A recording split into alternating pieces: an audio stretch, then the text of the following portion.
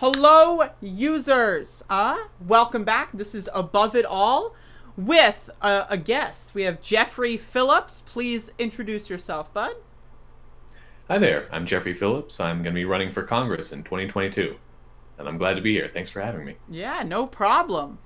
So you're running in California's 12th district, which may or may not be Nancy Pelosi's district. Is she We'll even have to running see. again? It's not clear at this point. She said that she's going to hand in her gavel after her fourth term as Speaker, but I'm not sure if that means she's going to run or not. If she's not running, it's most likely going to be her daughter, Christine Pelosi, who she'll want to take over, and I would also be happy to run against her. I'm not a fan of dynastic politics in any respect, and I think we need someone new and something more progressive in the district. And since it's the 12th district, I'm on Twitter as 12th Jeff, and my website is 12thjeff.com, 12thjeff.com. All right, I love it. Check me out. Yeah, so like I guess my first question is strategically, what is like, obviously you don't want to give the whole blueprints away, but what is kind of your basic game plan for competing in this primary election in 2022? Like, are you doing canvassing? Are you waiting until the pandemic's over to really fire things up? Are you doing phone banking? Like, what exactly is your core method of outreach right now? Well, I'm a pretty open book. It's standard stuff, but of course, because of the pandemic, I can't walk the streets right now, and I have no intention to walk around spreading disease or making other people feel uncomfortable right now. Most of my outreach is digital, so I'm working hard on getting my site nice looking and putting all my platform positions out there. I'm doing a lot of work trying to build a following on Twitter, and when things do open up, I'd like to see a campaign going around to different neighborhoods, and I'd like to post up flyers during the week. And then on the weekends, I'm going to bring people down to local restaurants because they've been hurt harder than almost anyone in this pandemic, and they could use the extra business and they could use the visibility, especially in harder hit neighborhoods. So I'll be going around. I worked for about 5 years as a Lyft driver before I started running for Congress. So I've been all over the entire city, down almost every street, and I know where people go, and I know what food I've heard is good, and some of the places I've gone to, some places I'd really like to check out. All So right. that'll be a core of my outreach. All right, I I love don't it. believe so much in texting and phone banking. I believe that's a great pressure tactic for people in office, but it doesn't necessarily get the voters who vote for those people into office. People don't like cold calls. I certainly don't.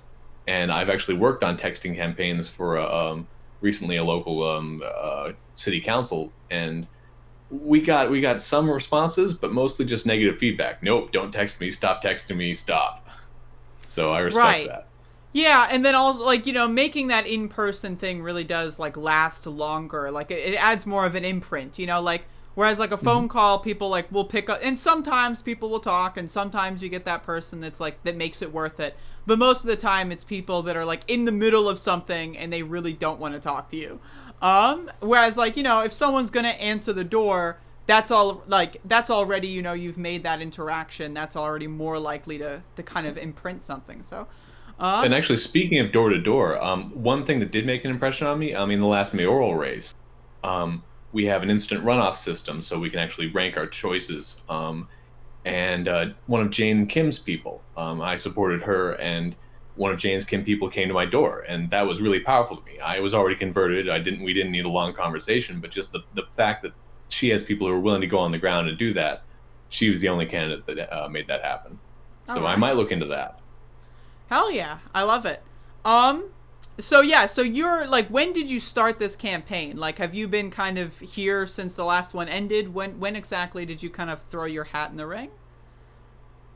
What was really the turning point for me was the $600 stimulus check in December. And I formally started my campaign in the middle of January. But I was looking into it as early as the $600 check because it's just such a strategic mistake, and it brings home. We've lost, I think, about 400,000 more Americans than we needed to lose in this pandemic.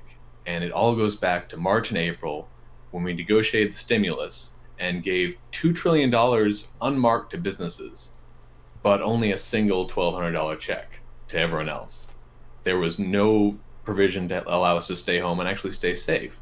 And there was so much pressure to open up from businesses, and it was just a complete disaster and a complete public disservice. And I'd like to see fewer mistakes like that made in Congress, because that came right from the top, and it's unforgivable. We can't get those people back. Yeah, I mean, I agree. Like, if you look at all these other, countries, like, even like Canada right next to us that are somehow able to provide not perfect systems, but systems that are significantly better than what we've got in the United States, right? A lot of people who lost their job got recurring payments. They got, like that kind of stuff. Whereas here we got $2,000 Canadian. Exactly. Every month. Here we got that $1,200, which, to us seemed pretty good. But I know in my family that $1,200 disappeared after about maybe 3 weeks. Just because, back, things, we could use it to fix the car. We could use it to, like, pay off some bills or whatever. So it's like, it didn't last that long. And then you see, like, all these politicians, like Nancy Pelosi herself, saying that, oh, we're feeding the poor. Don't, like, on, that was that interview with Wolf Blitzer, I think, where she's like, do you feed the poor? That we feed the poor. And it's like, are you sure about that? And it just shows that these people are just so out of touch with what's going on. Like, it's impossible to imagine that they've never had a conversation with someone who's poor. Like, I seriously, because everyone I know is, like, desperate for money. Everyone I know is, like, depressed, and it's like, how are these politicians able to sleep at night without, like, I'm assuming they just don't talk to anyone. Like, it has to be that way, right? It's a complete disconnect. They're sitting on a pile of money. Nancy Pelosi specifically has, I think, $150 million in her family now. So she has no concept of what people deal with. And even if her daughter runs instead of her, that's the same dynamic. It's going to be someone who's completely out of touch with the working people. I've worked for less than minimum wage, and I know what that's like. And it needs to change. You mentioned politicians not understanding. Biden recently came out and said that the $1,400 check that they recently passed that makes up $2,000 together with the $600 is going to last until the summer, and that's just completely unrealistic. And the real reason that it was passed that way, it wasn't because $1,200 was too much to keep going. It's because it wasn't nearly enough for the millionaires and the billionaires who depend on essential workers to come to work and make them money. The people who run this country, who have the reins of power, are not willing to let Americans stay home because it's their economy, not ours. Absolutely. Absolutely. And even just now you're seeing Biden try, really force this, schools thing. Like, all these schools are reopening. Tuition forgiveness? Oh, yeah, and that schools, too. Yeah, I mean, just everything. Like, he's going about it. Like, when he was campaigning, he was like, we're going to listen to the science. And then as soon as he's in office, it's not because of the science education, just goes it's because away. of the child care. They need those schools so that they can let the workers get to work and not have to worry about their kids. Exactly. And they're trying they're trying to reopen this economy that's in shambles, right? We've lost about 500,000 people for no reason. Right? And it seems that they just don't even realize what people are doing, or like what people are feeling, or what people need, or whatever, right? And it's ridiculous to me. So, I mean, I just want to say, I appreciate the fact that you're actually going out there and trying to at least do something about it, right? I think more people need to run for office. I think, as many people as possible should run for office. Because I want to see more people, more young people, more people that have a good science education. I went to Caltech, and it didn't do much for my career, but it was great for my background, and I understand science a lot better than most of the politicians I've seen. I understand technology, and I love dogs, by the way. I love that dog back there. Max What's is his having name? a good time? Max? Yeah. Fantastic. I wish I had a dog. My apartment doesn't allow it. That's a shame. I wish I lived in a better apartment that did allow dogs, because would awesome. you be willing to endorse my program for giving a dog in every home in America if you go to Congress? I would love to see that. I've been to animal shelters. I've volunteered in them before, and it's just it's so sad to see dogs behind cages waiting to be loved. And they all deserve a home. Dogs, cats, and little animals too. I love them all. I am a huge animal person for sure. But yeah, I mean, okay. So as far as like running for Congress is concerned, like what like do you think are going to be the most difficult hurdles ahead of you? Like fundraising, like are you presuming that you're going to get political attacks? Like what do you think is right now that you're like I guess afraid of the most, but you need to prepare for in a kind of way? Fundraising is definitely an issue, and I don't think I'll raise a lot of money compared to Nancy Pelosi, but I don't really feel like I need a lot of money either. I mean, I think the dynamics have changed as far as how we can reach the people, that you don't need to spend a lot of money to actually get the word out, hopefully. Um, what's core to my campaign is actually just a combination of word of mouth, organic action, and media appearances. Talking to people like you and getting my voice and my name out there, and hopefully driving the conversation in a compelling way.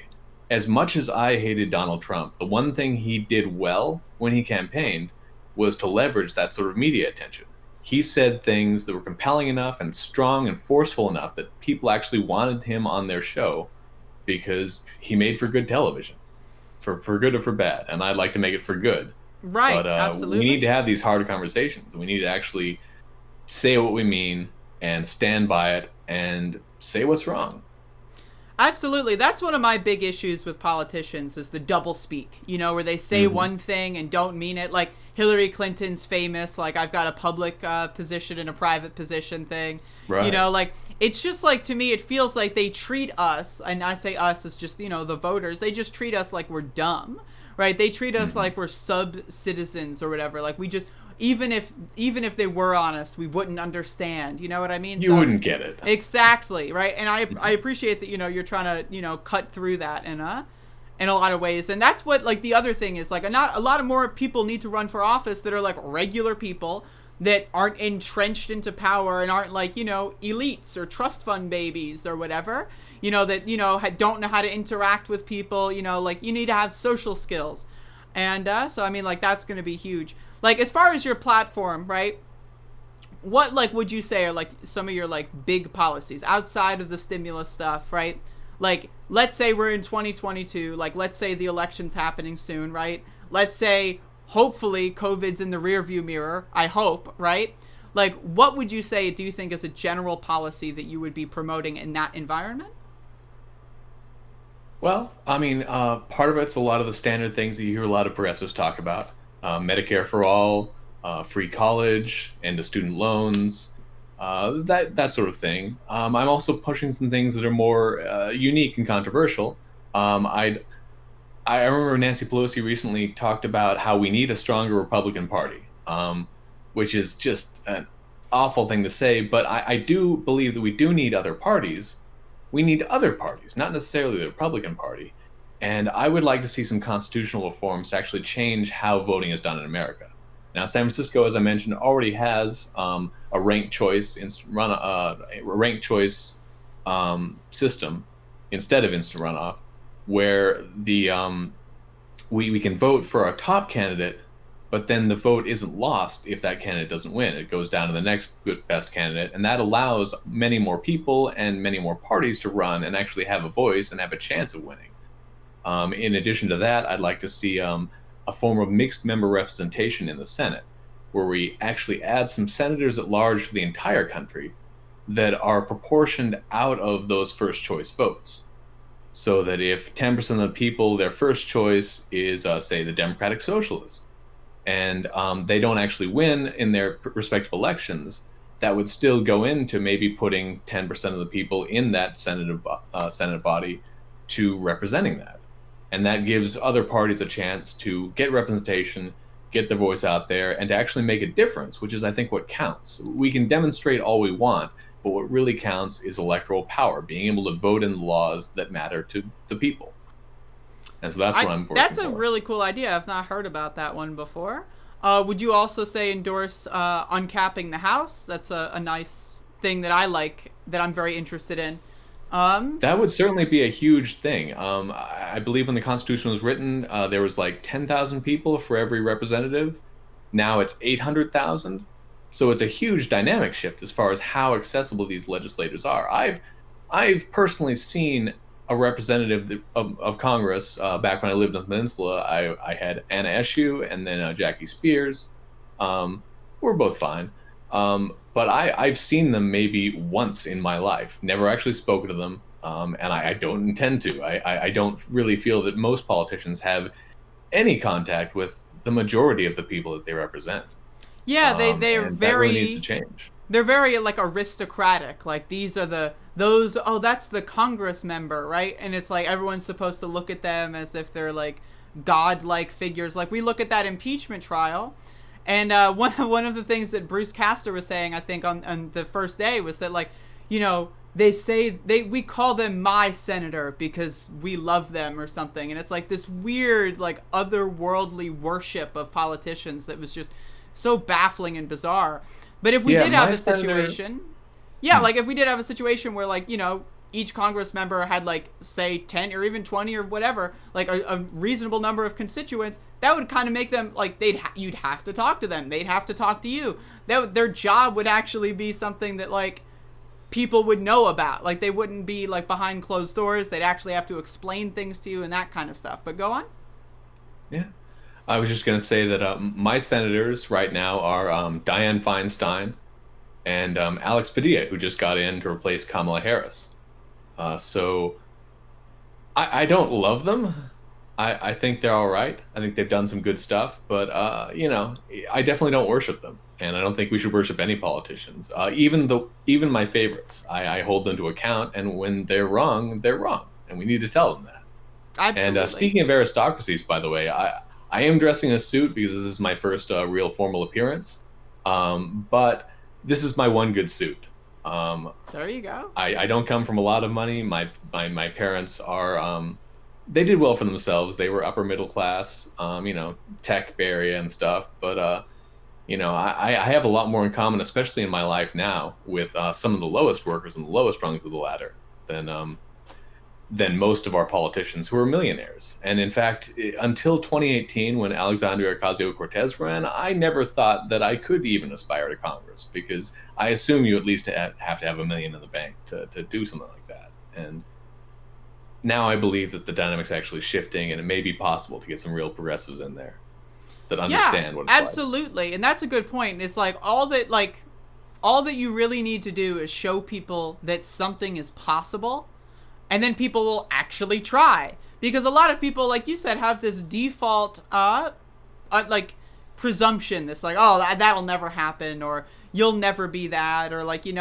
but AOC runs, right? She wins a long shot campaign, and all of a sudden the entire dynamic of how people view Congress or politics or anything just changes, and you can't put the genie back in the bottle, right? And we're seeing, and then you have 2020, you see a lot more people being elected to the House of Representatives, but you also see people in local and state offices running, and a lot of them losing. But when you lose, you gain experience and you try again. Like we even look at Bernie Sanders. He ran like 5 times before he won an election, right? So it's like, you don't win on the first try. And that's what they try to do, is they try to make these insurmountable expectations to prevent you from even trying in the first place. So even if you lose, you build that experience, you go into round 2, and you know a lot more. You know all the people already. You've got like a bigger base to build off of. And that's like, it's all really about building power and building these like organized like communities of, workers and regular people that are just there to actually care about each other and themselves, instead of, just siphoning off money to big banks for like a nice paycheck or something. But yeah, I mentioned the impeachment earlier, and you said you wanted to talk about that. So as far as the impeachment is concerned, what is your opinion now that, I guess it's over, even though it shouldn't be, and I'm still very upset about it, but it is technically over at this point. I think they're maybe trying to do like a commission on the January 6th Capitol attack, but I don't know if that's going to have the same luster, or I don't know if it's going to be in the news as much as the impeachment was. So like, what was your opinion on the Democrats and their managing of that situation? So I think they really had a missed opportunity there. For actually the entire 2 years they took the House, they should have been impeaching when they got in office and kept impeaching. They could have done that instead of passing Trump's budgets and all the other bills they passed. they could have done exactly what the Republicans did in opposition when they tried to repeal the Affordable Care Act. What was like 24 times? Like, obviously that didn't do much, but if you send an impeachment trial with all of the separate crimes that Trump has committed, that is a hugely powerful message, and it goes in the congressional record. Instead, they chose a phone call last time, which was, I mean, it was a bad phone call, but Trump has always been very good at towing the mob boss line of not actually saying anything directly. He always just implies that, it'd be really good if you looked in this Biden guy, and it's something that's harder to pin than almost any of the things, specifically how he's used the emoluments to enrich himself. I think that should have been on the table. But the reason they chose the phone call was because it got Biden's name out there when Bernie Sanders was winning. And I think that was part of the strategic thought behind that. Now, for the second impeachment, I thought they chose a better offense. I mean, clearly the Capitol riot should have been impeachable, and I'm sorry it wasn't. But what they should have done is actually taken the Republicans, called them at their bluff when they said they wanted, hundreds of subpoenas and stretch this thing out to March. Sure, let's stretch it out into March. Let's keep talking about this, and let's put pressure on the senators that aren't voting for conviction for as long as we need to until we get their votes. We got 57 people, which is actually huge when you think about how lockstep the Republicans have moved so far. If we'd gotten only just a few more Republican senators to bow to the pressure of actually holding people accountable, I think that could have made a huge difference. We could have actually gotten them impeached. Yeah, absolutely. I personally think that they started the impeachment trial, like the House managers did a really good job just kind of showing just how planned, strategized, and how premeditated. And the Republicans are, of course, saying, oh, that somehow refutes the charge, even though it doesn't. It makes it significantly worse. But, of course, Republicans are just ridiculous.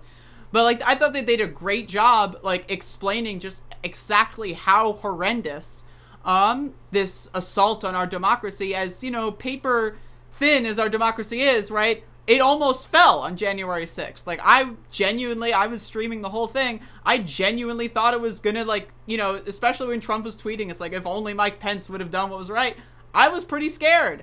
And then you see the cops opening the doors for them. Where's, putting those cops on the stand as witnesses? Hey, we're on video opening up the door for the Capitol rioters.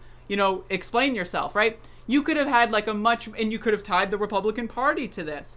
But instead, I think the critical flaw was missing the moment after the attack happened, right? They could have used 14th Amendment Section 3 as an easy way to just get rid of all of these people.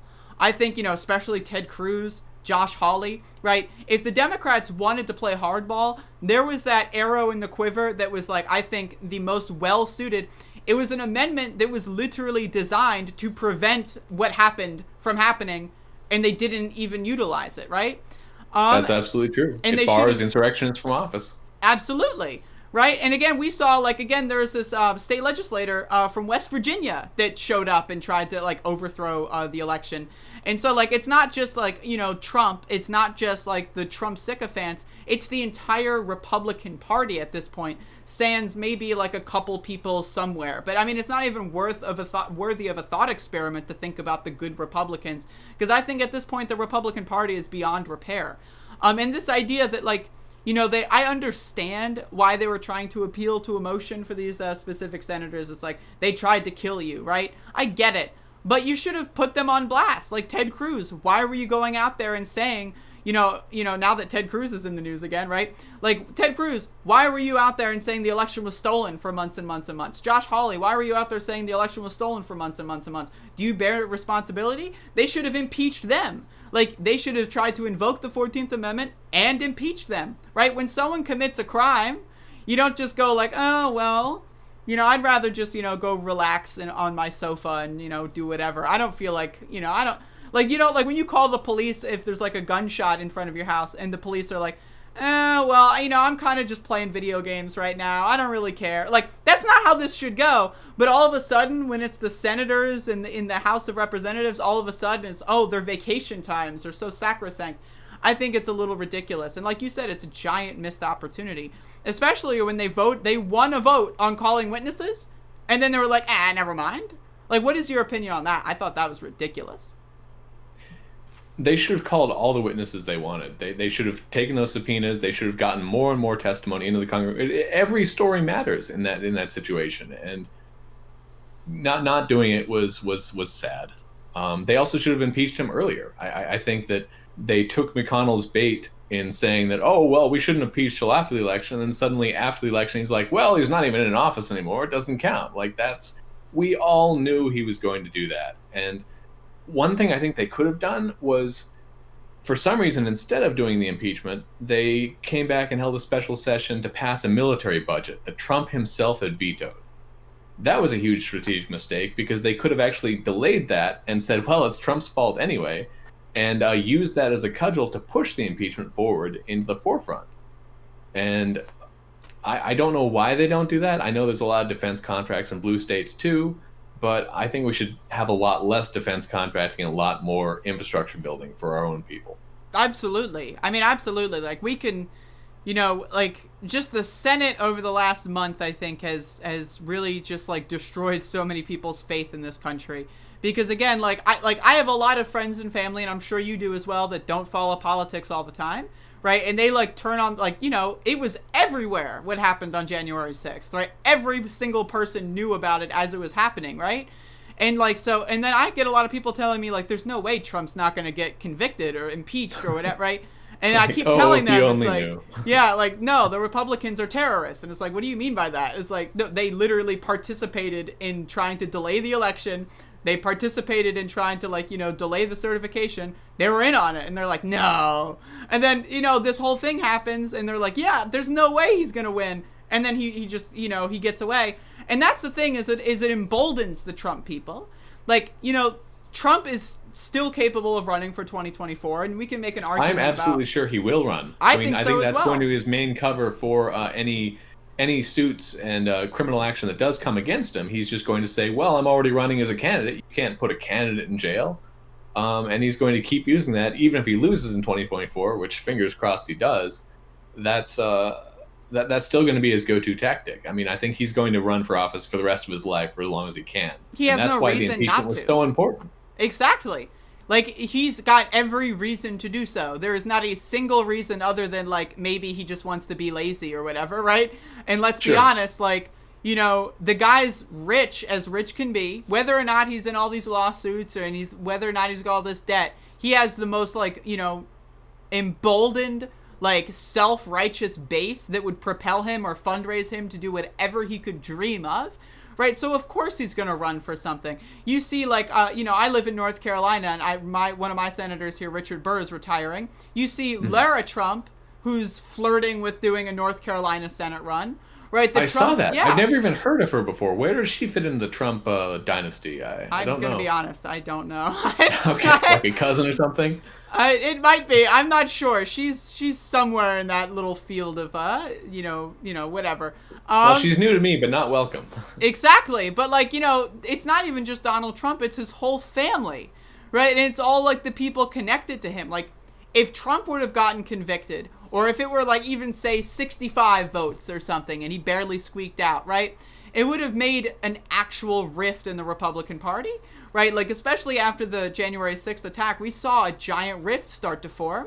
Where people were like, I feared for my life. You saw, like, Kevin McCarthy say, like, on the phone that came out during this impeachment thing, it's like, who do you think you're talking to, Trump, right? So you saw this genuine rift starting up, and then as soon as everyone was starting to critique Trump, their base sends them all these threats, and they just, cower in the corner, and it's like, oh, I'm so sorry, Mr. Trump. I didn't mean it, Mr. Trump, right?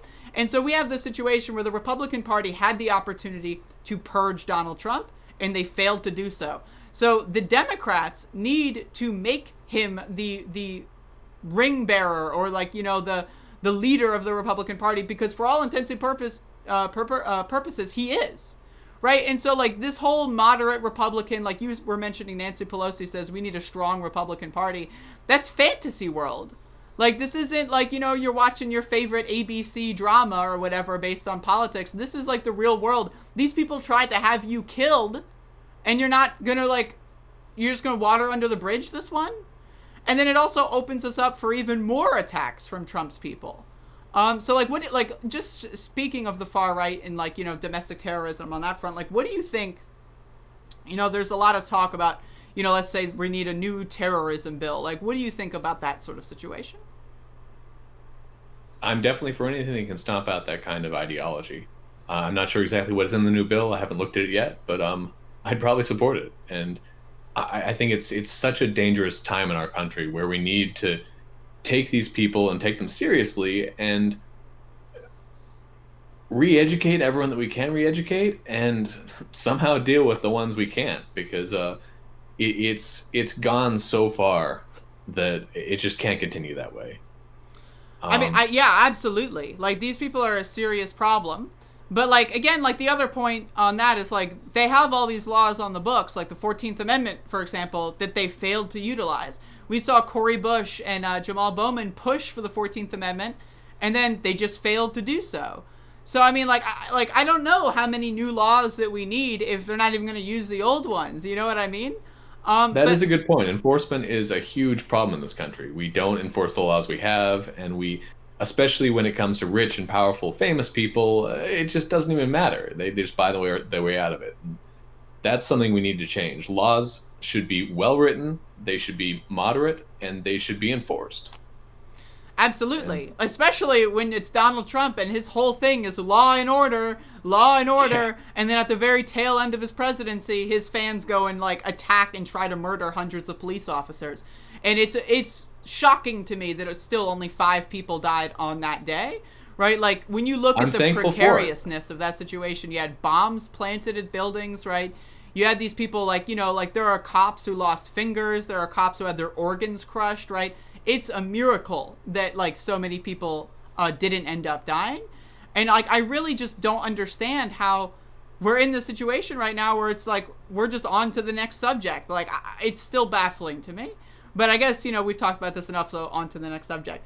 Um, All right, sure. so yeah, so as far as your platform goes, right? Like, what is your stance on like, you were mentioning earlier about how we need to limit defense spending and stuff. Like, what is your take on war, the current military-industrial complex, and all of that stuff? Well, it's grown way out of hand, and we see that in the contracts. We see that in how extended we are over the world.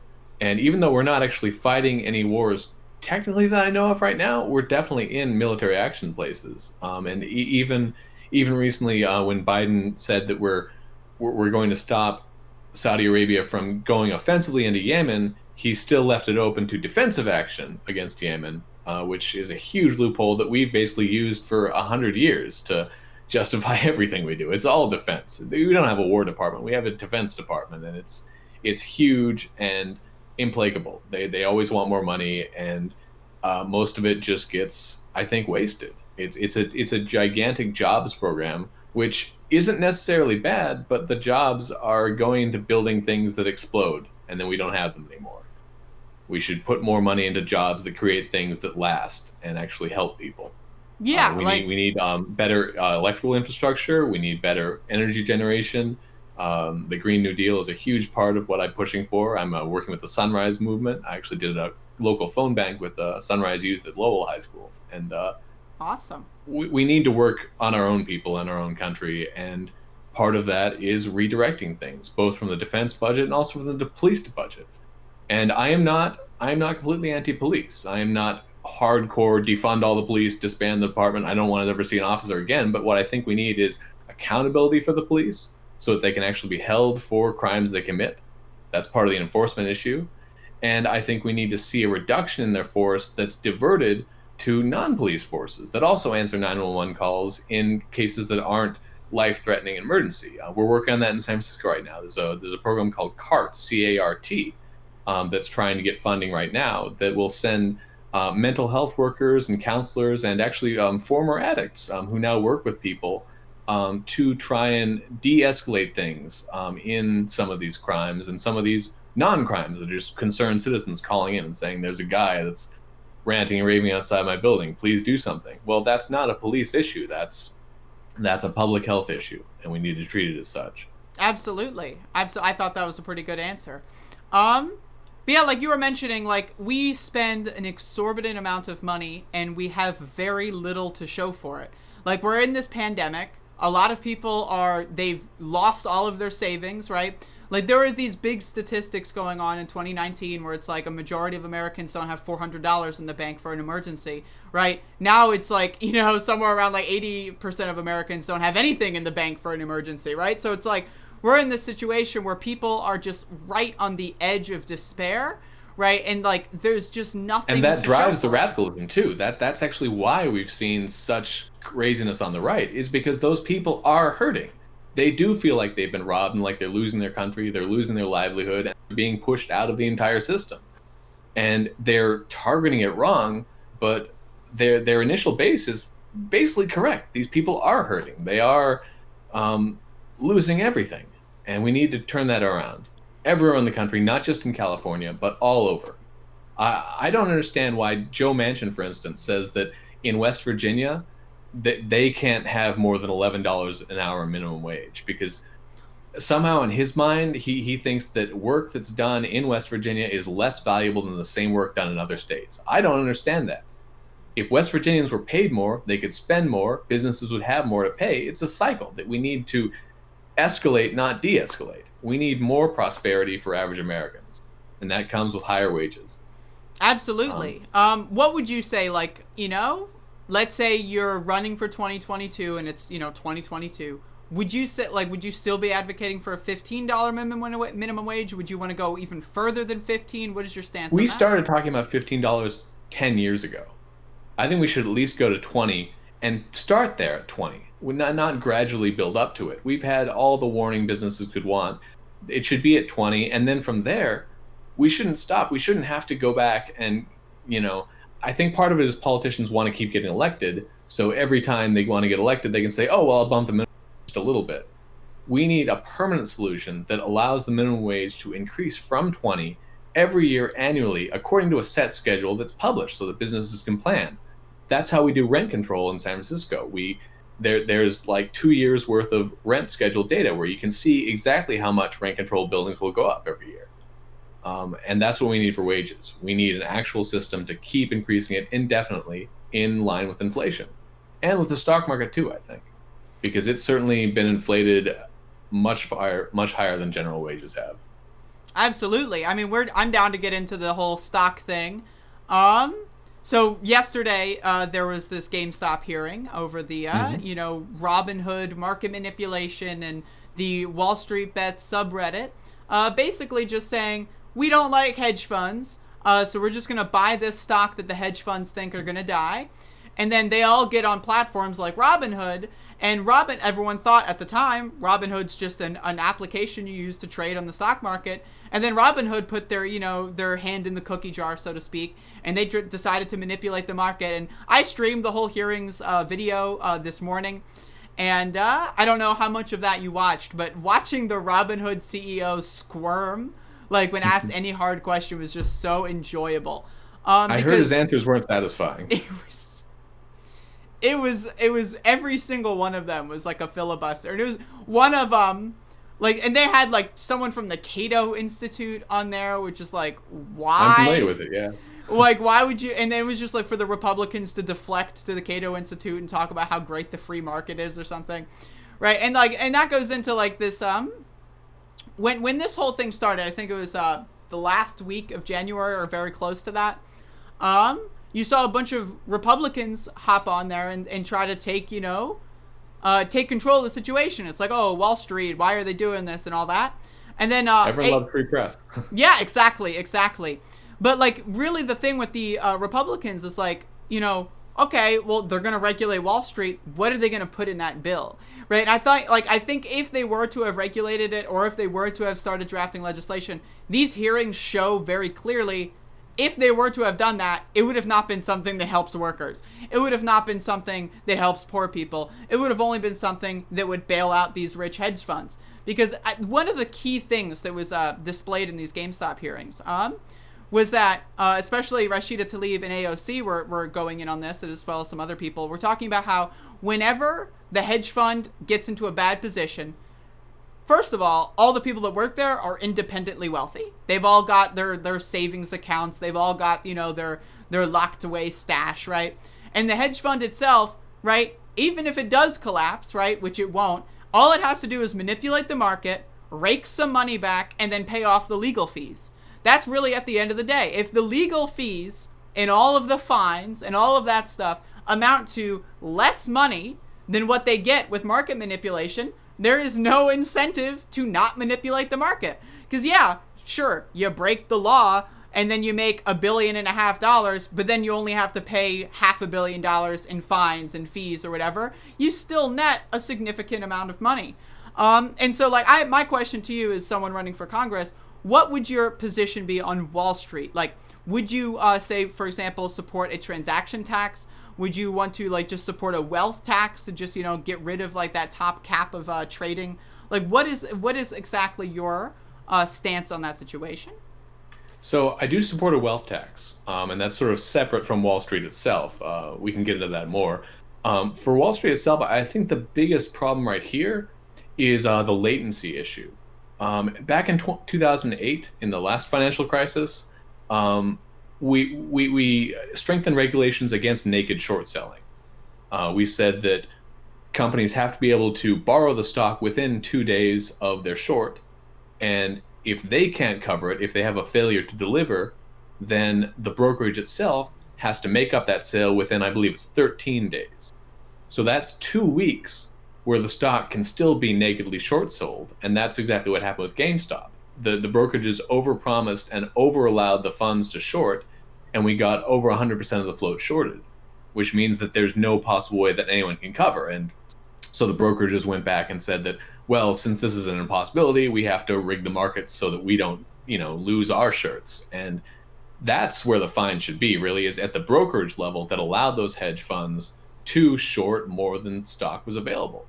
And I have nothing wrong with shorting itself, but I think you need to account for where the shares are. And there's no reason why we can't do that on a day-by-day basis. Everything's computerized, everything's electronic. It's really just a bygone regulation from paper days that we actually allow them to go multiple days without settling things. And then we see the same thing in banking too. I mean, you deposit a check in your banking account and it takes several days to clear. Why is that? It's because banks can get away with it. And it's because it was written in the days when you actually had to ship the money over. And that's just not the world we live in. There's no reason why we can't have tighter latency in the banking and brokerage worlds that allows people to account for in real time. And honestly, as someone who's been a retail trader, I have experienced things where I've tried to short something and it just tells me, sorry, we can't secure the shares as short. You can't short this. I don't understand why those hedge funds weren't displayed that same error message. And it comes down to they have too much power over the brokers they deal with because they bring them hundreds of millions of dollars in fees. So that's where the failure lies. Absolutely. I don't know what the if they are going to draft any legislation on this. I mean, I would be interested. I hope they do. I think they'll certainly try to. Yeah, and so like you said on the wealth tax, I think that that's one of the best ways that we can prevent these situations personally, because this is not just a problem with Wall Street. This is a problem with every single, you look at the pharmaceutical industry where they're charging thousands of dollars for basic life-saving drugs, right? And you look at the food industry, which is trying to addict people to sugar so that they're more reliant on these life-saving drugs. This is a problem with, I think, the system of governance as a whole, is you see almost every industry, there's going to be people on the top, and they will always try to hold the power on the top, right? And the biggest way to impact that, I think, would be to institute a wealth tax. So, let me, hear what your position is on a wealth tax in and of itself. Well, we have a system now where if you give any random person $1 billion, they're going to be able to keep that $1 billion and grow it because the system is designed to allow them to do that. We tax income, and what I would like to see is actually lower income taxes and higher wealth taxes, because it's not what comes in year to year. It's what you have and what you've been able to hold on to and what you've been passed down generationally.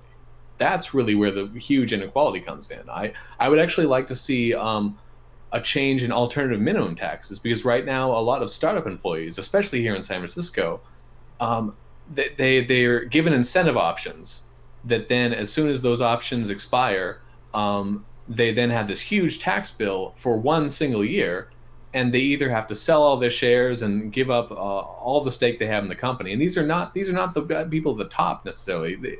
They give options out to like the secretaries and stuff, and these people have huge tax bills in single years that just don't make sense. I don't want to tax someone's first big break in life.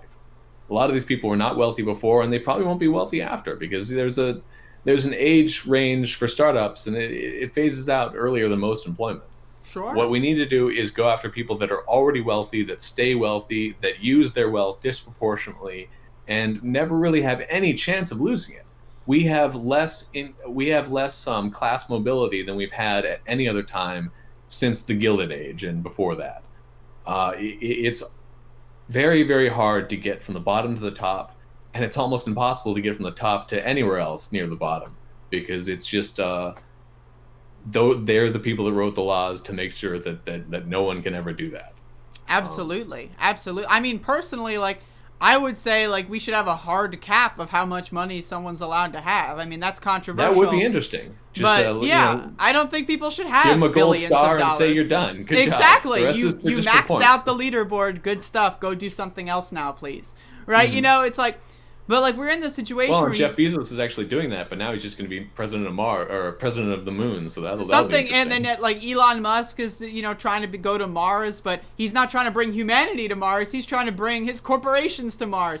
And this gets into a problem with like Trump's Space Force and all that kind of stuff as well, where it's like this thing like that we've created, this like monster of like wealth accumulation and capitalism on this planet.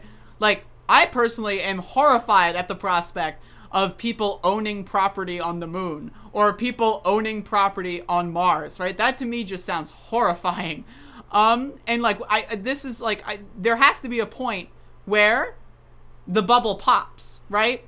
And like there's been a lot of these like interviews with billionaires where it's like where you get a little bit insight on how they act. And like one of the things that I heard an interview recently about Bill Gates, I believe, was like, how do we keep, it might have been Bezos, I don't know. It was one of them. They're all the same. Who cares? How do we keep our private security forces? Like, if shit hits the fan, how do we make sure our private security forces, will stay loyal to us? When you can't pay them in dollars anymore? Yeah, like when the dollar stops meaning something, right, or whatever, right? How do we retain that loyalty? You see, like Mark Zuckerberg, like thinking about building like an water like sea dome or something to escape climate change, right? Like, this sounds like stuff you'd see in Minecraft, but like these people are just with infinite money and resources are trying to do it in real life. Meanwhile, you see in Texas, children are dying because they're trying to get heated, right? There was this story in Texas where a whole house burned down because their fireplace's chimney or whatever was a little bit too blocked and they didn't know. And their house burned down and multiple kids are dead now, right? And it's a disaster situation, whereas you see Ted Cruz is flying to Cancun. He's not in any worry, right? Jeff Bezos is not in any worry. Elon Musk is not in any worry. And we need to really put a cap on just like what is allowed. Like, if they want to get together and fix the problems with global starvation, fix the problems with the energy crisis, and then whatever money they have left over, we'll talk about that. But while there's so much inequality that results in people dying all across this country, and especially right now in Texas, I just think it's unconscionable that these people just have any defenders at this point. Yes. To bring in a local example, Peter Thiel, who was a big PayPal founder along with Musk, famously, he decamped to New Zealand at the beginning of the pandemic. He's got hundreds of acres there that he bought for his pandemic, his apocalypse security, and spent most of the pandemic out in New Zealand, which was one of the better countries. So, I mean, he picked well, but that's exactly sort of the thing that we see. These billionaires are making plans for times after we're all screwed, and that's concerning to me. Speaking of space race, though, that actually goes back to the military-industrial complex thing we were talking about earlier, because while I'm frustrated with the way Musk handled the pandemic and several other things in his personal life, I have to say he builds good rockets. He's done more and cheaper than the United Launch Alliance ever can or will do. We've spent billions and billions and billions on one moon rocket that's been in development for like since I was a child, and it's gotten almost nowhere. It had a recent launch failure. They're trying to test it again. It's just going nowhere, and it's basically just been a huge handout to Boeing and the other launch alliance companies. And we really need to stop that. That's not the way to get into space cheaply. And more than property on Mars, I'm worried about the asteroids. That's the big thing they don't talk about, or at least Elon Musk hasn't been talking about, is once you have cheap access to space, once you can get out there to the asteroid belt and bring some of these rocks and mine them, it's going to completely destroy our mineral market, our metals market. Even just the amount of iron you can bring home from one iron meteorite is just it's ridiculous. And yeah, it's that's just going going to to be really an reshape interesting everything. thing to see. I mean, that as well as like automation is just like our economy. Like there was a like jobs report that came out that said like it's going to take 10 years to get back to the pre-pandemic economy. And it's like that's not accounting for automation. That's not accounting for technological increases to automation, right? You know, like I don't think we're ever like I think the world is permanently changed, and we as a society, The world's always changing, and we'll have to move forward from absolutely. where we are. And In terms of automation, I'm not against automation, though. I believe sure. that anything that can be automated should be. I actually have a friend who's working with a company that builds burger flipping robots. They can do burgers, and they can also do dumplings now. They can fry up Chinese dumplings, and that's a job that has historically gone to very low income minorities who have to sit there for 10, 12 hours a day over a grill, breathing in oil fumes and smoke, and it's not a great job. It's not a great life. And any of these jobs that we can actually automate, I'm all for it, because that leaves people free to pursue things that are better. Absolutely.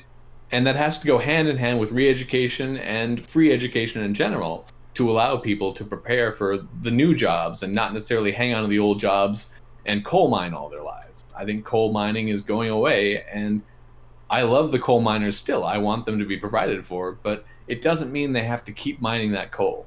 Exactly. We So, need to transition to an economy that's not you give people a job just so it's busy work, right? You need to give mhm. people something that's actually contributing to society, right? Like Or coal let them mining pursue is their own things. I mean, I oh think yeah, we have a lot exactly. more room for creative work. I mean, Exactly. Like that's the thing. We need to democratize this technology. We need to like make sure that everyone has a piece of the pie or whatever, cuz not one billionaire is creating this amazing technology. They're building off of other people who have built off of other people. Like this is and a lot the of it human public project. research. Exactly. Like a lot of this originates from, you know, like especially in pharmaceutical industries, right? They cash in on public research and then try to patent the drug when it's already tested and ready. And then they say, all right, now we get the money. And it's like, what?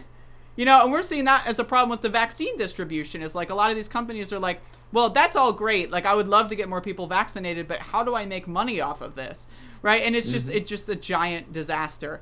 But yeah, so I mean, is there anything else you want to talk about in like the last 10 minutes or so? I think we've covered a lot of bases, and I thank you for having me. Sure. On the subject of vaccines, I encourage everyone to get it. It's vital and important that we get vaccines out as fast as possible. I'd like to see more teachers get vaccinated before they have to go back into schools. That's a huge important point for me. There's a fight in San Francisco right now over that, because of the daycare issue. But we need to keep our teachers safe. We need to keep everyone safe. I am extremely glad that we were able to leverage the private system to create vaccines so quickly, but we have to acknowledge that it builds on a decade of public research. So we need to acknowledge that and price it accordingly. Um, Absolutely. Absolutely. And I thank you for coming on my show. This was a good talk. Where can people find you? Let's say someone finds this video and they say, "I love this guy." What's your website? Your Twitter? Plug everything in under the sun right now. sure, thank you. Look for me on Twitter at 12thjeff.com, or at 12thjeff, and my website is 12thjeff.com, or if you want to type it out, Jeffrey Phillips for Congress also works. All right. And And I'll so put all I that have in the my whole description. platform up there. I'm adding to it every day, and you should check it out. You should read over it, and you should see what I'm saying on Twitter. And Hell yeah. at some point, I'll be out in the streets in San Francisco fighting for everyone. I love it. Is there anything else? Like, anything else you want to say before I press the button? Give Max some pets for me. All right, I think he's been a good dog back there. He's been very good. Check this out. Oh. Look at that. He's very tired. He's had the zoomies all day. It's unbelievable. But I love how they do that. It's great. But yeah, thank you for coming on, and thank you for watching, everybody. I'm gonna press the button. Thank you so much for having me.